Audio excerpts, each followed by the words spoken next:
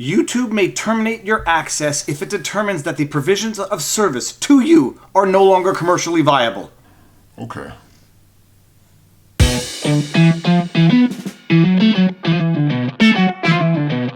Viva Frei, Montreal litigator turned YouTuber, and if I look a little tired, it's only because we have 5 people and 1 dog sleeping in 1 hotel room.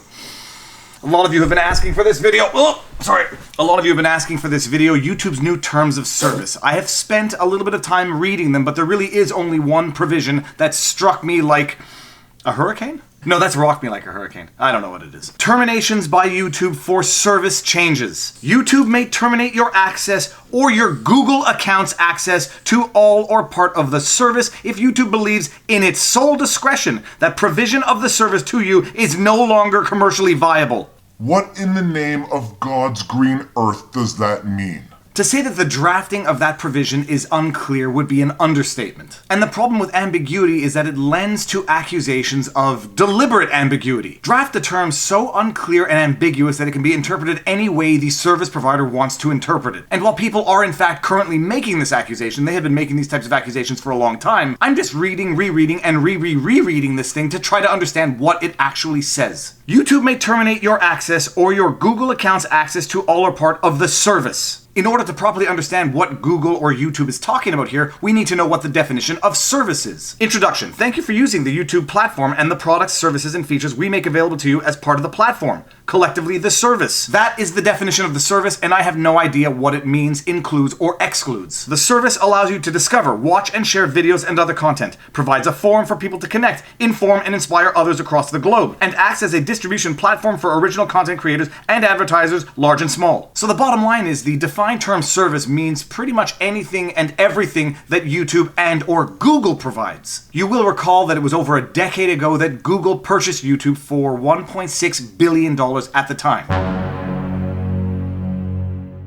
So at that time, YouTube was amalgamated into the Google services under the umbrella corporation Alphabet, which basically means that what was prior to separate and distinct companies and services, that being YouTube versus Google, are now one and the same. YouTube is inextricably linked to Google services because it is now a service that Google provides. So now let's go back to this magically ambiguous clause to the effect that YouTube can terminate your access to the services if it deems the provision of services to you to no longer be commercially viable. YouTube may terminate your access or Google account's access to all or part of the service if YouTube believes in its sole discretion that the provision of the service is no longer commercially viable. It says YouTube, but who is actually the service provider? And for that, we need to go back up to the top of the contract in order to see who is the actual service provider. Your service provider. The entity providing the service is Google LLC, a company operating under the laws of Delaware, located at 1600 Amphitheater Parkway, Mountain View, California 94043. Referred to as YouTube, but not Google throughout the agreement, which in theory could create in the minds of most people a dichotomy or a separation of power between Google and YouTube. Which doesn't actually exist in reality.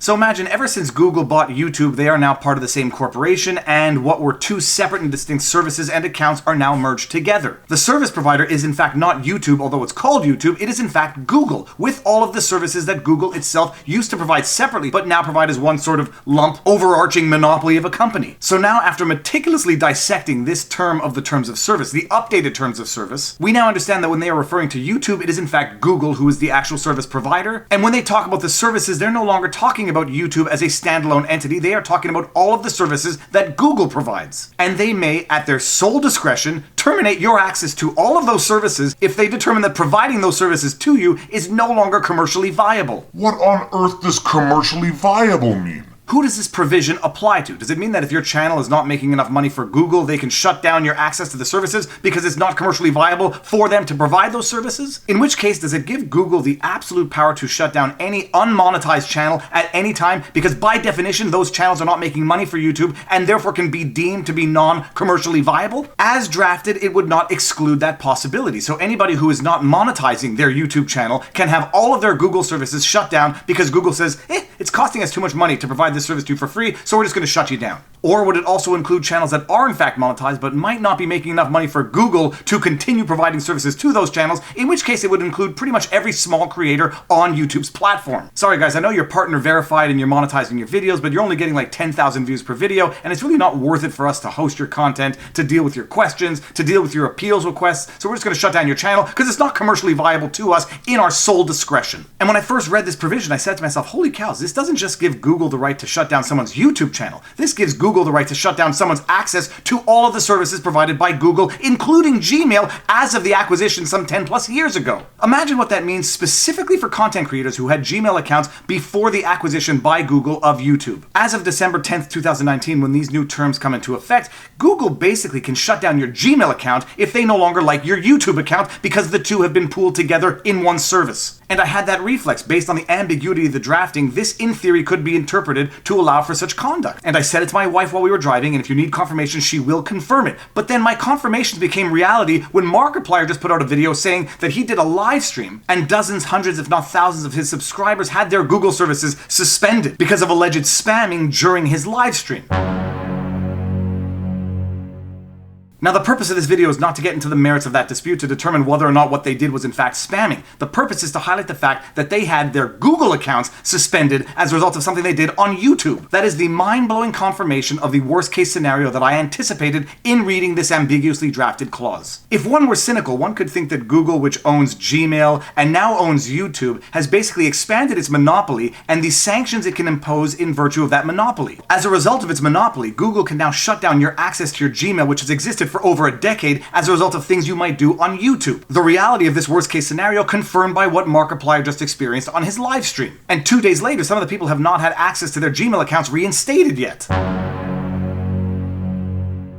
This is not just a question of shutting down YouTube channels anymore. This is a question of depriving people of access to their Gmail accounts, which might have existed for over 10 years in some cases. But as far as I'm concerned, it's not necessarily all fun and games either for Google in their ever-expanding power to sanction and shut down YouTube accounts and Google services. If Google enforces this provision as drafted, it can really cause some serious potential problems for Google itself. Let's just say that Google starts shutting down channels because Google, in its sole discretion, determines them to be no longer commercially viable. If it happens to me, sure as sugar, I am asking for confirmation as to why it was no longer commercially viable for Google. I want to know what the criteria is for a channel being commercially viable for Google. I'm going to ask for the metrics, the criteria, the results of my particular channel, the results of other channels that may have not been shut down. Long and short of it is that if Google decides to impose this term as drafted on somebody who may decide to contest it, that person will in theory have a right to demand access to all sorts of financial information to allow Google to justify its decision to demonstrate that the channel was no longer commercially viable. Ambiguously drafted terms of a contract are in fact a double-edged sword. It can cut both ways for either party. The only real issue is that in any battle between Google and an individual, there is going to be something of